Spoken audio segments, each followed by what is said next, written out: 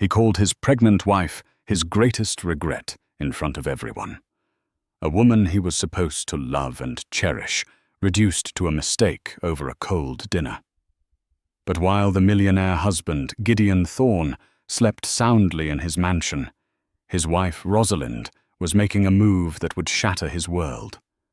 By the time the sun rose, she wasn't just the woman he'd humiliated. She was the new CEO of his entire empire. This isn't a fairy tale. This is the story of how one woman's heartbreak became her greatest weapon, and how she took everything, leaving him with only his regret. The dining room at the Thorne estate was designed to intimidate. A long mahogany table, polished to a mirror, shine reflected the cold light of a crystal chandelier that dripped from the ceiling like a frozen waterfall. 20 guests, the crème de la crème of New York's financial elite, sat around it, their laughter sounding brittle and sharp in the cavernous space. This was Gideon Thorne's kingdom, and they were his court. At the head of the table he presided. Gideon was a man carved from ambition and success, with a jawline as sharp as his business acumen and eyes the color of faded currency. He was a millionaire many times over, the founder of Thorne Industries, a sprawling tech conglomerate that had its tendrils in everything from satellite communications to private data. Opposite him, at the foot of the table, sat his wife, Rosalind. To the casual observer, she was the perfect accessory to his power, beautiful, elegant, with a serene smile that never quite reached her eyes. Tonight, she wore an emerald green gown that flowed over her 7-month pregnancy bump, a visible symbol of the dynasty Gideon was so intent on building. But beneath the silken smiles, Rosalind felt like a ghost at the feast. The dinner was in honor of an impending merger, a deal that would make Gideon not just a millionaire, but a billionaire. The air was thick with sycophantic praise and the clinking of expensive wine glasses. Rosalind picked at her food, the scent of truffle oil and roasted quail turning her stomach. The baby was restless, kicking against her ribs as if sensing her unease. And of course, none of this would be possible without the right partner. One of the investors, a slick man named Cormac Riley, said, raising his glass to Gideon, "To a man who knows how to pick a winner in business and in life." A polite murmur of agreement went around the table. Gideon acknowledged the toast with a tight, self-satisfied smile. His gaze swept the room, landing finally on Rosalind. There was no warmth in it, only a cool assessment, as if he were evaluating a stock that had underperformed. Rosalind offered a small, hopeful smile back. Perhaps this was the moment. Perhaps in front of all these important people, he would say something kind, something loving. He had been so distant lately, consumed by the merger, speaking to her only in clipped sentences about schedules and appearances. The pregnancy which had initially thrilled him now seemed to be an inconvenience he barely acknowledged. An older woman seated to Rosalind's right, the wife of a board member, leaned in conspiratorially. "You must be so proud, dear," she whispered, her voice laced with a cloying sweetness. "To have snagged a man like Gideon, and a baby on the way. You've secured your future." Rosalind's smile faltered. Secured her future. Was that what this was? A transaction? She thought of the man she'd fallen in love with 5 years ago. A man with a fire in his eyes who spoke of changing the world, not just owning it. He had courted her with poetry and late-night conversations, not balance sheets and stock options. She, with her quiet intelligence and a degree in forensic accounting she'd set aside, had been drawn to his passion, believing she could be a true partner to him.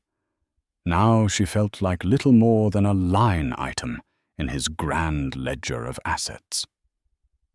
The conversation shifted to legacy. Cormac, lubricated by his fourth glass of wine, turned his attention to Rosalind. Well, Rosalind, the next generation of Thorn, Gideon must be thrilled. A boy, I hope. To carry on the name. Before Rosalind could answer, Gideon spoke from the head of the table. His voice cut through the chatter like a shard of glass. Actually, Cormac. He began, a strange, cruel smirk playing on his lips. We were just discussing regrets earlier today. The table fell silent. Every eye turned to Gideon. He savored the attention a performer in his own private theater.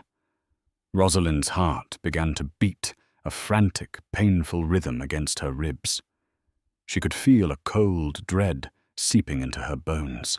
I was saying, Gideon continued, his eyes locking onto Rosalind's, pinning her in place. That my greatest regret was rushing into things, making a permanent decision based on a temporary feeling. He let the words hang in the air, heavy and poisonous. The meaning was unmistakable. The guests shifted uncomfortably in their seats. Glances were exchanged. The silence stretched, taut and suffocating. Rosalind felt the blood drain from her face. The room seemed to tilt, the faces of the guests blurring into grotesque masks of pity and morbid curiosity. He was talking about her, about their marriage, about their unborn child. You see, Gideon went on, his voice casual, as if he were discussing a minor business miscalculation.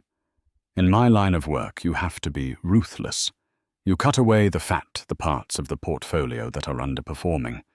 You don't hold on out of sentimentality. It's a lesson that applies everywhere. You can't let a mistake define your future. A mistake. The word echoed in the ringing silence of the room. He had just called her and their child a mistake. In front of 20 people whose opinions he valued more than hers, he had stripped her of her dignity, her worth, her love, and reduced her to an error on his life's otherwise perfect record. The air she was breathing felt thin, sharp. The baby kicked again, a hard, insistent jab as if in protest. For a split second, she thought she might be sick right there on the pristine white tablecloth. She looked at Gideon, pleading with her eyes for him to stop, to take it back, to laugh and say it was some kind of twisted joke. But he just stared back, his expression cold, triumphant. He had asserted his power, reminded everyone in the room who he was and what mattered to him. His company, his deal, his legacy. And she was just a disposable part of it. Slowly, deliberately, Rosalind placed her napkin on the table. The sound of the linen hitting the wood was deafening in the silence. She pushed her chair back, the legs scraping against the marble floor. Her movements were graceful, measured, betraying none of the seismic shock that was tearing through her. She stood up, her back straight, her chin high. She didn't look at the pitying faces of the guests. She didn't look at the smirking face of Cormac Riley. She looked only at her husband. "If you'll excuse me," she said, her voice a low, steady whisper that carried to every corner of the room. "I suddenly feel quite unwell." Without another word, she turned and walked out of the dining room. Her steps were even. Her posture was perfect. She did not run. She did not cry. She walked through the grand foyer, past the silent watching portraits of Thorn ancestors, and out into the cold, unforgiving night, the word regret branding itself onto her soul. But as the heavy oak door clicked shut behind her, the shock began to recede, replaced by a clarity as cold and sharp as the winter air. Gideon had made a mistake, all right, but it wasn't marrying her. It was underestimating her. The drive back to their city penthouse was a blur of streetlights and tears. Rosalind didn't bother with the chauffeur. She got into her own car, a modest sedan Gideon had always sneered at, and drove through the glittering, indifferent streets of Manhattan. The city lights, usually a source of comfort, seemed to mock her, each one a tiny spotlight on her humiliation. She didn't cry loud, racking sobs. Hers were silent, hot tears that tracked down her cheeks and dripped onto the lap of her emerald gown. Each tear was for a different betrayal. One for the man she thought she had married. One for the public degradation. One for the innocent child in her womb, who had been dismissed as a liability before it had even drawn its first breath. When she reached the penthouse, a sterile expanse of glass, steel, and white leather that had never felt like home, the silence was absolute. She walked through the vast living room, her heels clicking on the imported Italian marble. On the wall was a massive abstract painting Gideon had bought at auction, a chaotic splash of black and red. Tonight it looked like a portrait of her own heart. For an hour, she allowed herself to crumble. She curled up on a sofa that cost more than her parents' first house, and let the pain wash over her. She thought of Gideon's words, turning them over and over in her mind. Regret. Mistake. Underperforming. He had spoken of her as if she were a failing stock to be divested.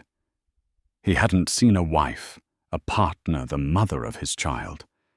He had seen an entry in a ledger, and it was in the red. The initial shock gave way to a profound, hollow ache. This wasn't a sudden crack in their marriage. It was the final, shattering confirmation of what she had been refusing to see for months. The late nights he claimed were for work. The dismissive wave of his hand when she tried to discuss their future, the way his eyes would glaze over when she talked about the baby. It was all there. She had just been too in love, too hopeful to read the signs. As the city's hum vibrated through the floor-to-ceiling windows, something inside her shifted. The ache began to harden, the sorrow crystallizing into a cold, hard diamond of rage. He wanted to talk about portfolios and assets. Fine. Let's talk about assets. Rosalind pushed herself off the sofa. She walked into Gideon's home office, a room she rarely entered. It was his sanctuary, a testament to his ego.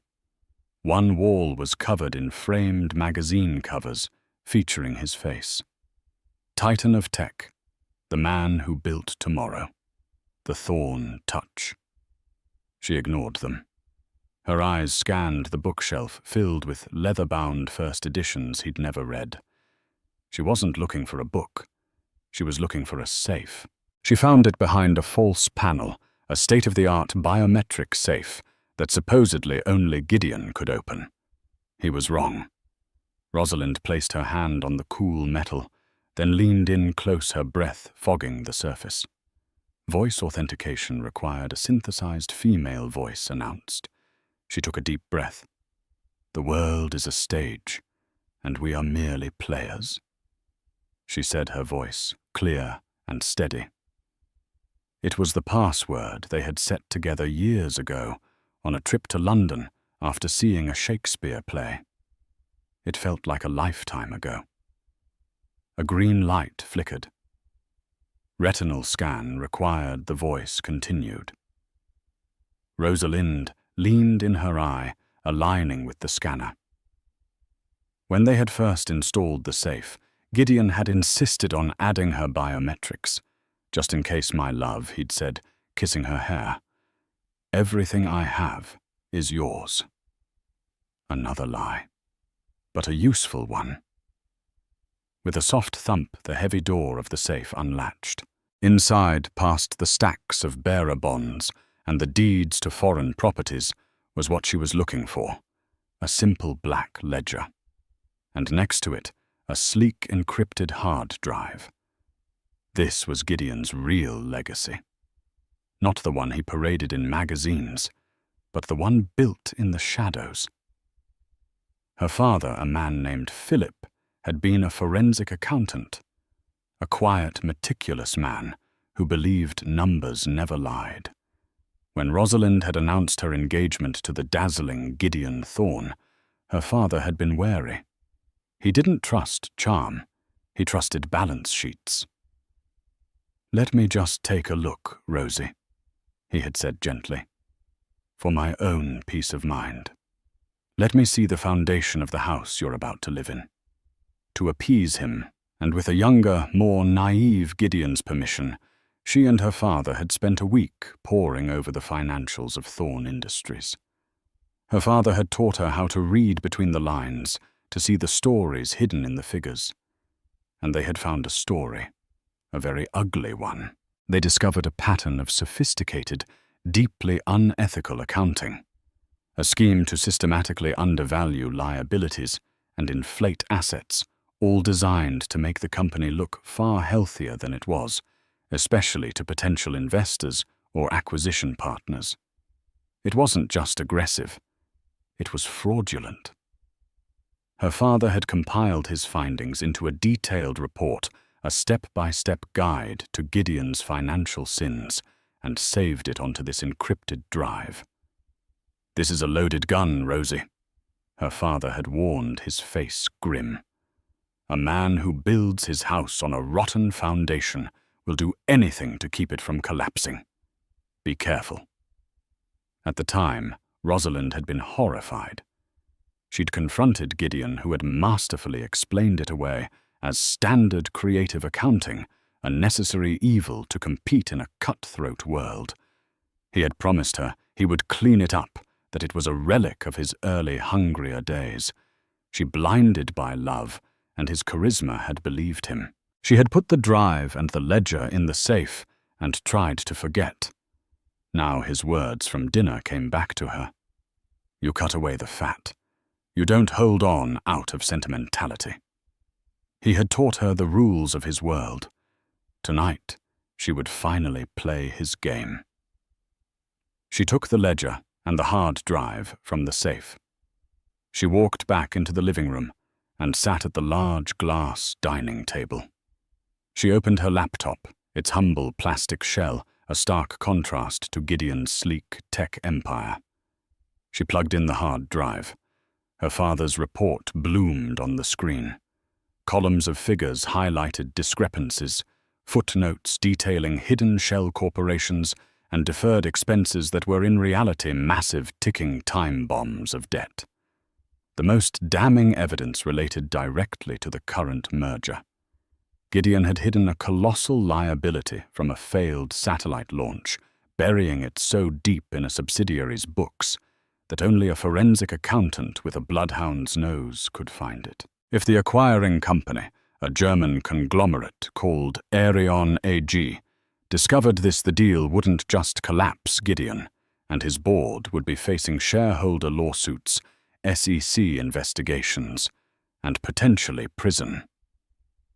Rosalind's fingers flew across the keyboard. Her degree, dormant for 5 years, came roaring back to life. The grief that had paralyzed her was gone, replaced by a laser-like focus. She wasn't just a scorned wife anymore. She was an architect of Gideon's downfall and her own ascent. She began drafting an email. She cross-referenced the names in her father's ledger with the current board members of Thorne Industries. The names lit up in her memory. Cormac Riley, the sycophant at dinner. Beatrice Croft, the icy chairwoman. Frank Gable, the aging CFO, who was nearing retirement. They were all complicit. They had all signed off on the fraudulent financials. They all had just as much to lose as Gideon. The plan formed in her mind, sharp and perfect. She wouldn't leak this to the press or the SEC. That would destroy the company, and with it, her child's future security. She wouldn't just take revenge. She would take control. She would use the very weapon Gideon had unknowingly handed her, his own corruption, to stage a coup. The clock on the wall read 1:00 a.m. Gideon would be driving back soon, drunk on wine and arrogance, probably expecting her to be in bed weeping. He couldn't be more wrong. The weeping woman was gone.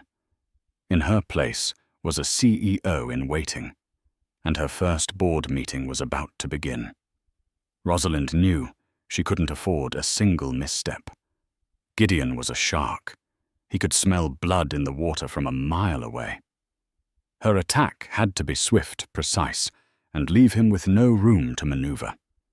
Her weapon was the information on the hard drive, but her strategy had to be flawless. Her target wasn't Gideon. Not yet. Her targets were the members of his board. She knew them not just as names on a corporate masthead, but as people. She had sat through countless charity galas, boring yacht parties and tense holiday dinners with them. She had observed their weaknesses, their vanities, their fears. While Gideon had seen her as a decorative object, she had been watching, listening, and learning. First on her list was Frank Gable, the chief financial officer. Frank was old-school a man, in his late 60s, who had been with Gideon from the beginning. He was loyal, but he was also terrified. His entire life was built around his reputation as a prudent, unimpeachable numbers man. His pension, his legacy, it was all tied up in Thorn Industries. He was also, as her father's notes meticulously detailed, the primary architect of the accounting fraud, the one who had made Gideon's creative ideas a reality on the balance sheets. He had the most to lose professionally. At 1:45 a.m., she called his private cell phone. He answered on the fourth ring, his voice thick with sleep and irritation. "Who is this? Frank, it's Rosalind Thorne," she said, her voice calm and even, a stark contrast to the late hour. Silence. Then a sputtering, "Rosalind, is everything all right? I was so sorry about what happened at dinner. Gideon was out of line." What Gideon said was a symptom, Frank. "The disease is what I'm calling about," she said, letting the cryptic statement hang in the air. She didn't wait for him to respond. "I'm looking at a report. It details a significant unbooked liability concerning the QS-7 satellite failure. A liability that seems to have been deliberately obfuscated in the financials presented to Erion AG. Your signature is on those financials." The silence on the other end of the line was no longer sleepy. It was petrified. She could hear his breathing ragged and quick. I don't know what you're talking about," he stammered, but the lie was thin and brittle. "Don't you, Frank?" Rosalind's voice was soft, almost sympathetic. "My father was Philip Adler. I don't know if you remember him, but he was a forensic accountant. A very, very good one. He taught me to read a balance sheet like a confession. And this one tells me that you, Gideon, and the rest of the board are about to commit securities fraud on an international scale." She heard a gasp, a choked sound of pure panic. "I have a complete, itemized breakdown of the scheme," she continued, her tone hardening slightly. "A file I can send to the lead counsel at Erion AG, the SEC, and the Wall Street Journal with a single click, or you can help me fix it." "Fix it? What do you mean?" Frank whispered, his voice trembling. "The deal closes in 3 days. If we restate earnings now, the merger is dead. We're all ruined." "The merger is dead if this information gets out, Frank. But the company doesn't have to be. Gideon's leadership has become erratic and reckless. His behavior tonight was just the tip of the iceberg. His judgment is compromised. The board has a fiduciary duty to act in the best interests of the shareholders, to protect the company." She let the implication sink in. She was offering him a way out, a coup disguised as a rescue mission. "What do you want?" he finally asked, the fight gone from his voice. "I want an emergency board meeting, convened, via teleconference, at 6:00 a.m. sharp. I want a vote of no confidence in Gideon. I want him placed on an immediate indefinite leave of absence, pending an internal investigation. And I want an interim CEO appointed to stabilize the company and renegotiate the terms of the merger from a position of honesty." "An interim CEO who—" "Me," Rosalind said simply. There was a long pause. She could almost hear the gears turning in his head, the panic, the calculation, the dawning realization that she was his only lifeline. A disgraced wife was a far better alternative than a federal indictment. "I'll make the calls," he said, his voice a dry rasp. "They'll be on the line at 6. 1 down, 4 to go. Next was Beatrice Croft, the chairwoman of the board. Beatrice was a formidable woman in her 50s, known for her icy demeanor and corporate savvy. She had no sentimental loyalty to Gideon. Her loyalty was to power and money. Her weakness, as Rosalind knew from overhearing a hushed conversation at a disastrous Hamptons weekend, was a secret side deal she had structured with Cormac Riley to personally profit from the Aryan merger, a clear conflict of interest that would get her barred from every boardroom in the country. Rosalind didn't call Beatrice. She sent her an email at 2:30 a.m. The subject line was simple: Cayman Islands, Account 74B. The body of the email was even simpler. It contained a single scanned page from her father's ledger, showing the flow of funds from a Thorn Industries subsidiary into a shell corporation that Beatrice and Cormac controlled. Below it, Rosalind wrote 6:00 a.m. "Teleconference. Frank Gable is sending the details. Be there. We are saving the company from Gideon." The response came back in less than 90 seconds. "I'll be there." Third was Cormac Riley himself, the man who had toasted Gideon's brilliance just hours earlier. Cormac was an opportunist, a jackal who fed on the kills of lions like Gideon. He was ambitious and utterly ruthless. His loyalty was for sale to the highest bidder or to the person with the most leverage. Rosalind had just proven to his co-conspirator Beatrice that she had that leverage. She knew Beatrice would call him immediately, their panicked conversation cementing their decision. They would fall in line together. The final 2 board members were easier. They were older, more passive, their seats largely ceremonial. They followed the lead of the power players like Frank and Beatrice. Once Frank called them, invoking an emergency and citing unspecified legal exposure, they would agree. Fear was contagious. By 4:00 a.m., the pieces were in place. Rosalind had become a ghost in the machine of Thorn Industries, pulling levers and flipping switches from the sterile silence of Gideon's penthouse. She had turned his own board, his hand-picked council of allies, against him. She leaned back, her body thrumming with adrenaline.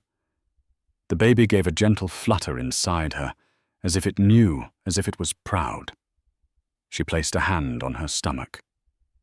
"It's for you," she whispered, "so no one can ever call you a regret." She looked at the clock. 4:15 a.m. Gideon would be home soon. She needed to be gone before he arrived. She packed a small overnight bag with essentials. Then she walked back into his office. She looked at the safe, now closed. He would have no idea she had been inside. Her final move was the most personal. She took her wedding and engagement rings off. They felt cold and foreign on her skin. She didn't throw them. She placed them carefully on the center of his desk, right on top of his favorite magazine cover, the one that declared him the man who built tomorrow. Let him build it alone. As she walked out of the penthouse, the first hints of dawn were beginning to streak the sky over the East River. It was a new day, and by the time the sun was fully risen, it would be her company. The conference call began at 6:00 a.m. on the dot. Rosalind sat in a small anonymous hotel room she had checked into under her maiden name, a cup of chamomile tea warming her hands. Her laptop was open, 5 names glowing on the screen. Frank Gable, Beatrice Croft, Cormac Riley, and the 2 other board members, a retired general and a tech professor. They were the architects of Gideon's kingdom, and she was about to burn their king. Frank Gable, his voice strained and formal, opened the meeting. "Thank you for joining on such short notice. Due to extraordinary and sensitive circumstances that pose an imminent and material threat to the company, this emergency session of the board has been convened." "What the hell is this?" Frank Cormac Riley's voice boomed through the speakers, full of false bravado. "I was at dinner with Gideon last night. Everything was fine." Beatrice Croft, ever the pragmatist, cut him off. Her tone was like ice. "Clearly it wasn't. Let's not waste time. Frank, state the purpose of the meeting." Frank faltered. For a second, Rosalind worried he would lose his nerve. She unmuted her microphone. "I believe I can clarify," Rosalind said. Her voice, calm and measured, filled the digital space. There was a collective intake of breath. Rosalind Beatrice said, her surprise evident. "What is the meaning of this?" "This is a board meeting." "It is," Rosalind agreed. "And as the person who holds the key to either the survival or the complete implosion of this company, I believe I have a right to be here." "Don't you?" She let the threat hang there unspoken, but perfectly understood by the 3 key players. Frank, Beatrice, and Cormac knew exactly what she meant. The 2 other members were audibly confused. Implosion. "What is she talking about?" the general asked. "She's talking about leverage," Beatrice said, her voice clipped. She had clearly decided to take control of the narrative, to frame this as a proactive move on their part, not a capitulation to blackmail. "Frank and I have been made aware of certain accounting irregularities concerning the Arion merger, irregularities that Gideon personally directed. His recent erratic behavior, which I'm sure we all witnessed last night, has put this entire company at risk. He has become a liability." Cormac, seeing which way the wind was blowing, immediately changed his tune. "She's right. His conduct was appalling. Unstable. Not the man we know. He's jeopardizing the deal of a lifetime. It was a masterful performance of self-preservation. They were already distancing themselves, painting Gideon as a rogue agent. The liability is significant enough to not only scuttle the merger, but to trigger a full-scale SEC investigation and shareholder litigation that would bankrupt us all." Rosalind stated, her voice devoid of emotion. She was merely stating facts. "However, I believe the damage can be contained, but not with Gideon at the helm." Frank Gable cleared his throat, finding his courage now that the Rubicon had been crossed. "The motion on the table is twofold. First, a vote of no confidence in CEO Gideon Thorne, placing him on immediate and indefinite leave of absence, effective immediately. Second, the appointment of an interim CEO to manage this crisis." "And who do you propose?" the professor asked. "Rosalind Thorne," Beatrice said without missing a beat. A stunned silence followed. The professor finally broke it. "His wife. With all due respect, this is highly irregular. She has no executive experience. She has a degree in forensic accounting," Rosalind said, speaking for herself. "And more importantly, I am the only one who fully understands the depth of this problem and possesses the evidence to prove it. The German regulators at Arion will need reassurance. They will need to see that the company is taking this seriously, that it has cleaned house and put someone in charge who will be transparent. Who better than the person who uncovered the rot in the first place? You can present me as a whistleblower, a reformer. It's a narrative that works. She was giving them the script, showing them how to spin this to their advantage. And if we refuse, the general grumbled a final weak protest. If you refuse. Rosalind, said her voice, dropping to an icy whisper, this call will end. My next call will be to the lead prosecutor at the Southern District of New York. I will hand them the encrypted drive, the ledger, and the full recording of this conversation. Your reputations will be destroyed by lunchtime. Your assets will be frozen by dinner. Frank, you'll likely be denied bail. Beatrice and Cormac, your side deal in the Caymans will make you the poster children for corporate greed. Do you really want to find out what happens next? The threat was so stark, so brutal, that no one dared to speak. The choice was clear, a humiliating but survivable coup, or total annihilation. All in favor of the motion to place Gideon Thorne on leave. Frank asked, his voice shaking. I said Beatrice. I said Cormac. I, the general muttered reluctantly. I, the professor, conceded. I, Frank, said, the motion carries. Gideon Thorne is hereby relieved of his duties as CEO. Rosalind felt a tremor pass through her, a mixture of terror and exhilaration. It was done, and all in favor of appointing Rosalind Thorne as interim CEO. Frank continued. The eyes came quicker this time. They had already crossed the line. There was no turning back. The motion carries, Frank declared, his voice heavy with the weight of his betrayal. Effective immediately. Rosalind Thorne is the interim chief executive officer of Thorne Industries. Rosalind took a slow, deep breath. Thank you, board members. You have made the right decision for the company. My first official act is to freeze Gideon's corporate accounts and revoke his access to all company property, effective immediately. Frank, see to it. My second is to schedule a meeting with the executive team for 9:00 a.m. in the main conference room. I'll be there. That is all. She disconnected the call before they could respond, leaving them in the wreckage of the company they had built. She looked out the hotel window. The sun was now fully above the horizon, casting a golden glow over the city. It was morning, and she was CEO. Gideon Thorne woke up with a pounding headache and the sour taste of expensive wine in his mouth. He rolled over in the massive bed, reaching for Rosalind. His hand met only cold, empty sheets. He sat up annoyed. She was probably sulking in one of the guest rooms. He'd been harsh last night, he knew that. But it was necessary. People needed to be reminded of who was in charge of the natural order of things. She had been getting too comfortable starting to voice opinions on his business, on their life, as if they were equals. The pregnancy had made her emotional soft.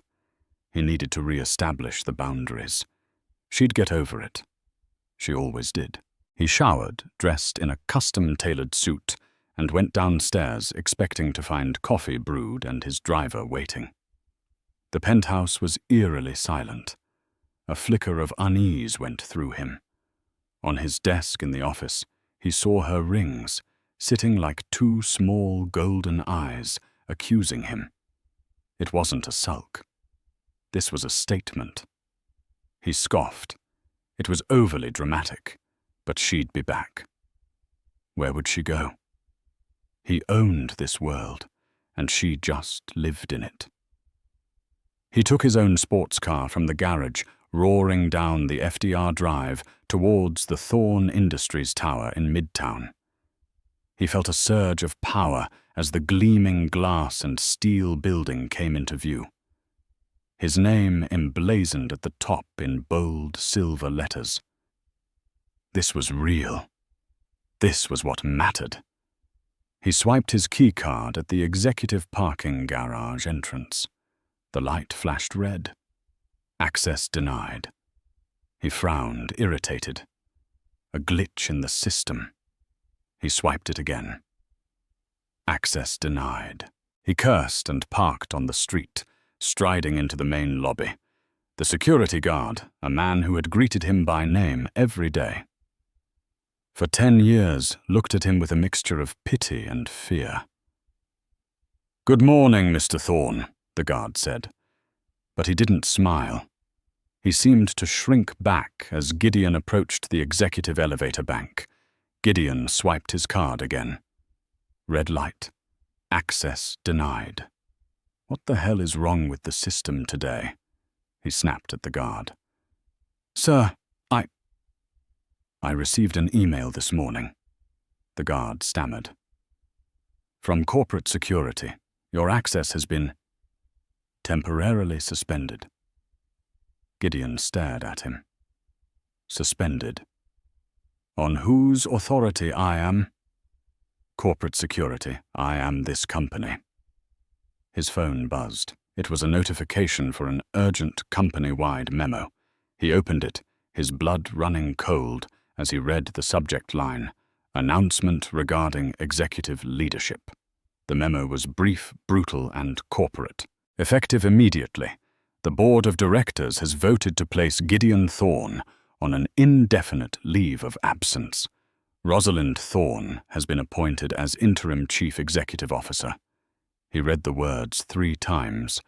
They didn't make sense. It was a prank, a hack. It had to be.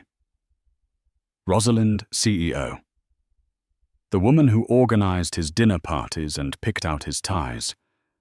It was ludicrous. It was impossible. His phone rang. It was his personal banker.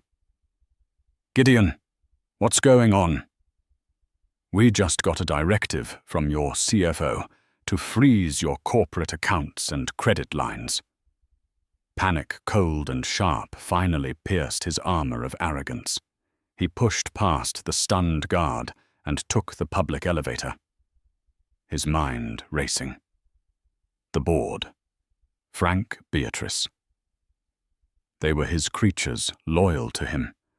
They wouldn't dare. When he burst onto the executive floor, the scene was one of controlled chaos. People were gathered in small, hushed groups, looking at him with wide, shocked eyes. His personal assistant, a woman he had hired right out of business school, wouldn't meet his gaze. He strode towards his corner office, the one with the panoramic view of the city. He was going to get to the bottom of this, and someone's head was going to roll. He pushed the double glass doors open. And there she was. Rosalind. She was not sitting in a visitor's chair. She was sitting in his chair behind his vast mahogany desk. She wasn't wearing a couture gown. She wore a simple, well-tailored navy blue maternity business dress. Her hair was pulled back in a severe professional bun. She looked up from a file she was reading. Her expression, not hateful, not triumphant, but utterly, terrifyingly calm. Rosalind. He breathed the name, a strange sound in this context. "What is this? What have you done?" "Good morning, Gideon," she said, her voice even. "I believe you've read the memo."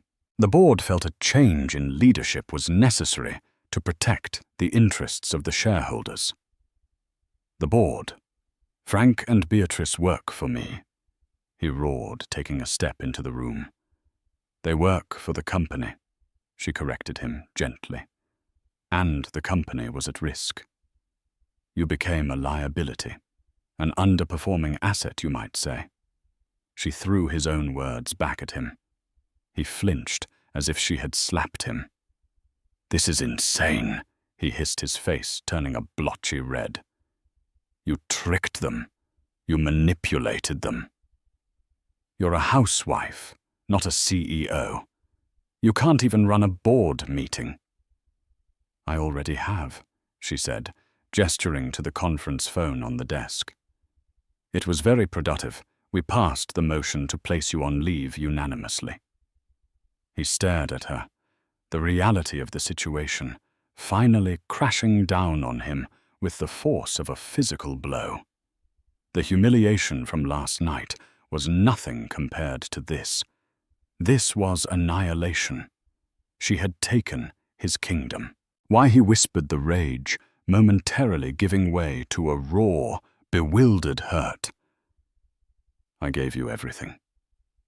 Rosalind stood up, her pregnant form a powerful silhouette against the city skyline. She walked around the desk until she was standing just a few feet from him. For the first time, he saw the deep, settled pain in her eyes, but it was overlaid with a resolve he had never seen before. "You didn't give me everything, Gideon," she said, her voice low and laced with the sorrow of 1,000 private disappointments. "You gave me things. You gave me a penthouse and cars and jewelry. But you never gave me your respect. You never saw me as a partner. Last night you stood up in front of all those people and you called me and your own child a regret, a mistake." She paused, letting the memory of his cruelty fill the space between them. "You taught me a valuable lesson, Gideon. You taught me that sentimentality is a weakness in business, that you have to be ruthless. So I am. I'm cutting away the fat. I'm protecting my asset." She placed a hand on her stomach. "My only asset that matters. This company is the best way to do that." "I'll fight this," he snarled, finding his anger again. "I will call the press. I will tell them you're an unstable, vindictive woman. I will destroy you." "Go ahead," she said with a small, sad smile. "But while you're talking to reporters, I'll be talking to the auditors from Arion AG. I'll be showing them the real balance sheets. I'll be the woman who is saving Thorn Industries from the fraudulent mess that its former CEO created. Who do you think they'll believe?" He had no answer. He looked into her eyes and saw not the soft, forgiving woman he had married, but a stranger, a queen who had seized his throne. He was utterly, completely defeated. "Security will be up in a moment to escort you from the building," she said, her voice softening almost imperceptibly, a final flicker of the woman she used to be. "Please don't make a scene. It wouldn't be good for the stock price." She turned and walked back to the desk, sat down in his chair, and picked up the file again, dismissing him as if he were a junior analyst who had just been fired. He was no longer her problem. He was just a regret she was divesting from. Rosalind's first day as CEO was like walking into the heart of a storm. The moment Gideon was escorted out of the building, the executive floor erupted. Phones rang incessantly. VPs and department heads hovered outside her new office, their faces a mixture of morbid curiosity, skepticism, and outright hostility. They were Gideon's people, his loyal lieutenants. To them, she was an imposter, a scorned wife staging a bizarre theatrical revenge. They were waiting for her to fail. She let them wait. For the first hour, she didn't speak to anyone. She had the IT department bring her a new secure laptop and spent the time on the phone with Frank Gable. "Frank," she said, her voice crisp and businesslike. "I want every financial document from the last 3 quarters on my desk. I want the unedited raw data, not the polished versions you prepared for the merger. I also want the complete personnel files of the entire executive committee. And schedule a call with the lead counsel for Arion AG for noon. Tell them it's a matter of urgent transparency." "Rosalind," the Arion lawyers, Frank stammered. "Are you sure if you reveal the liability?" "I am not going to reveal the liability, Frank." Not yet. I am going to introduce myself and establish a new tone. The tone of a company that has nothing to hide. It's called managing the narrative. Now please get it done." At 9:00 a.m., she walked into the main conference room. The entire executive team was there, a dozen men and one woman, all of them bristling with tension. They fell silent as she entered their eyes, raking over her, noting the pregnancy, the determined set of her jaw. She took her place not at the head of the table, Gideon's seat, but in the middle of one side, positioning herself as part of a team, not above it. "Good morning," she began, her voice steady. "I know you all have questions. I'm sure this transition is a shock. Let me be clear. This is not a personal matter. This is a corporate necessity. The board has lost confidence in Gideon's leadership and has tasked me with stabilizing the company and ensuring its future." A burly man with a thick neck, the head of operations, scoffed audibly. "Stabilizing? With all due respect, ma'am, what do you know about running a global tech conglomerate?" Rosalind met his gaze without flinching. "I know that Thorn Industries has a debt-to-equity ratio that is dangerously high, masked by off-balance sheet entities.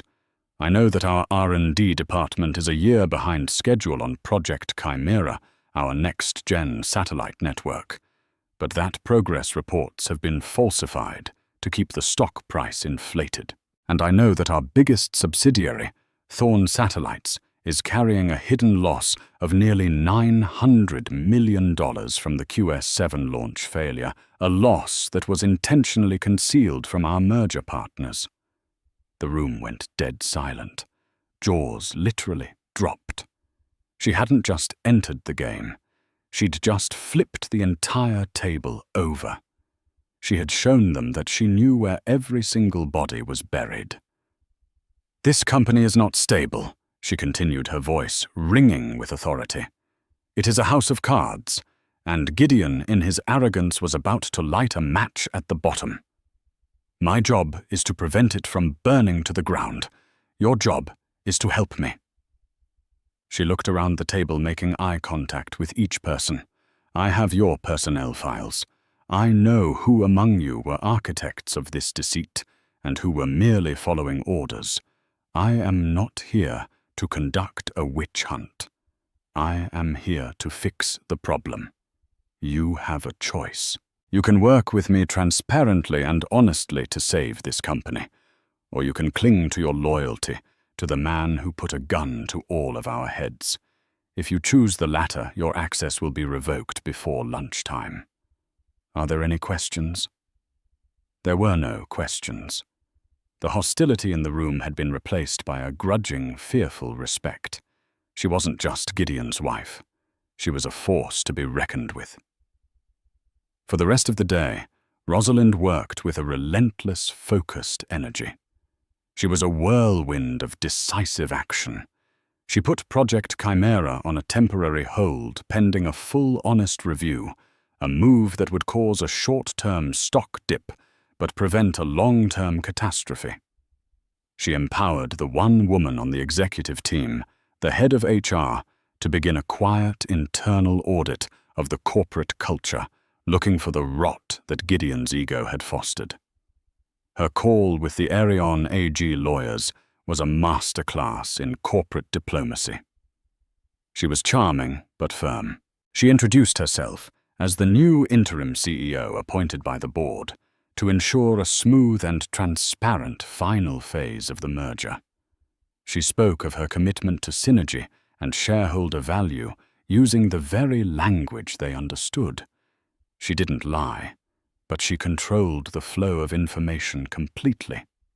She hinted that she had uncovered some inefficiencies from the previous leadership that she was working to streamline for the health of the combined company. She left them feeling reassured, intrigued, and completely unaware of the bombshell she was sitting on. By late afternoon, the tide on the executive floor had turned. The whispers were no longer about the crazy wife, but about the Iron Lady. They saw her poring over financial statements, her brow furrowed in concentration. They heard her on calls, speaking with an authority they had only ever associated with Gideon. She wasn't just occupying the CEO's office, she was commanding it. Her biggest challenge came in the form of the head of engineering, a brilliant but abrasive man who was fiercely loyal to Gideon. He stormed into her office without knocking. "This is a farce," he declared. "Putting Chimera on hold will set us back 2 years." Gideon knew how to take risks. That's why he was a visionary. Rosalind didn't look up from her screen. Was it a risk or a lie? Dr. Olcott. Your own internal projections showed a 70% chance of catastrophic failure on the new guidance system, a failure you were told to bury. Was that part of the vision? Alcott froze his face, paling. Rosalind finally looked up at him, her gaze piercing. "I am not against taking risks. I am against taking stupid risks built on lies. Go back to your lab. I want a real projection, a real timeline, and a real budget on my desk by Monday. Show me a path to success that isn't paved with fraud, and I will give you every resource you need. Continue to lie to me, and you'll be updating your resume. The choice is yours." The engineer stared at her for a long moment, then turned and left, without another word. As the sun began to set, casting long shadows across her new desk, Rosalind leaned back in her chair for the first time all day. She was exhausted, her body aching, but her mind was clearer than it had been in years. She had survived the first day. She had stared down the lions and had not been eaten. She placed a hand on her belly. The baby was quiet, as if sleeping peacefully. She had spent the day steering a corporate behemoth away from an iceberg. It was the hardest thing she had ever done. But as she looked out at the city lights twinkling to life, she knew with absolute certainty that she could do it. She wasn't just a placeholder. She was the hand on the tiller. And for the first time, the ship was sailing in the right direction. The weeks that followed were a war of narratives. Gideon predictably launched a vicious media campaign, feeding stories to tabloids that painted Rosalind as an unstable, vindictive wife. But while Gideon fought with slander, Rosalind fought with strategy. She ignored the gossip and focused on results. Her first move was a masterstroke of controlled transparency. She revealed the internal deception surrounding Project Chimera to a top financial journalist. The story immediately reframed her not as a scorned woman, but as a reformer cleaning house. Gideon's attacks suddenly looked like the desperate lies of a guilty man. Her true victory, however, was forged in a sterile boardroom in Berlin. Flying to meet the executives of Arion AG, she made a move of shocking audacity. She laid the full truth of Gideon's $900 million fraud on the table. Before they could sue, she presented a new offer, a restructured merger at a fairer price led by a CEO committed to transparency. They were stunned, then impressed. They saw not a liability, but a leader of immense integrity. The deal was saved, and her position as CEO was cemented not by blackmail, but by undeniable competence. The final confrontation with Gideon took place in the quiet of a lawyer's office to finalize their divorce. He was a shadow of his former self, his arrogance replaced by a hollow bitterness. "You learned my lessons too well," he rasped, looking at the settlement papers that would erase him from the company he built. "I taught you to be ruthless." Rosalind stood, her hand resting on her prominent belly. She looked at him not with hatred, but with a distant pity. No, Gideon. You didn't teach me to be ruthless. You taught me the difference between an asset and a person. You taught me what happens when you call a woman and her child a regret. She paused, her voice clear and final. You taught me everything I never want my child to be. Months later, Rosalind stood in her office, looking out at the city skyline. The company had a new name, one she had chosen. In her arms, she cradled her newborn daughter Hope. She had not just taken Gideon's empire. She had dismantled his toxic legacy and built a new one on its ruins. The world saw a sensational story of revenge, but Rosalind knew it was simpler than that. It was the story of a woman who was dismissed as a mistake and decided to become a monument instead, securing a future built not on lies, but on the unshakable foundation of her own strength. So what's the real takeaway from Rosalind Thorne's incredible story? It's a powerful reminder that the deepest betrayals can sometimes ignite our greatest strengths. She transformed a moment of profound humiliation into the catalyst for an empire. This wasn't just about revenge. It was about reclaiming her narrative, her power, and securing a future for her child on her own terms. It proves that underestimating someone, especially someone you claim to love, can have catastrophic consequences. Rosalind's journey from a heartbroken wife to a powerhouse CEO shows us that the most formidable force in any room isn't necessarily the loudest or the richest, but the one with the quiet resolve to turn pain into power. If her story moved, you don't forget to hit that like button, share this video with someone who needs to hear it, and be sure to subscribe for more true life stories of unbelievable twists and ultimate triumphs.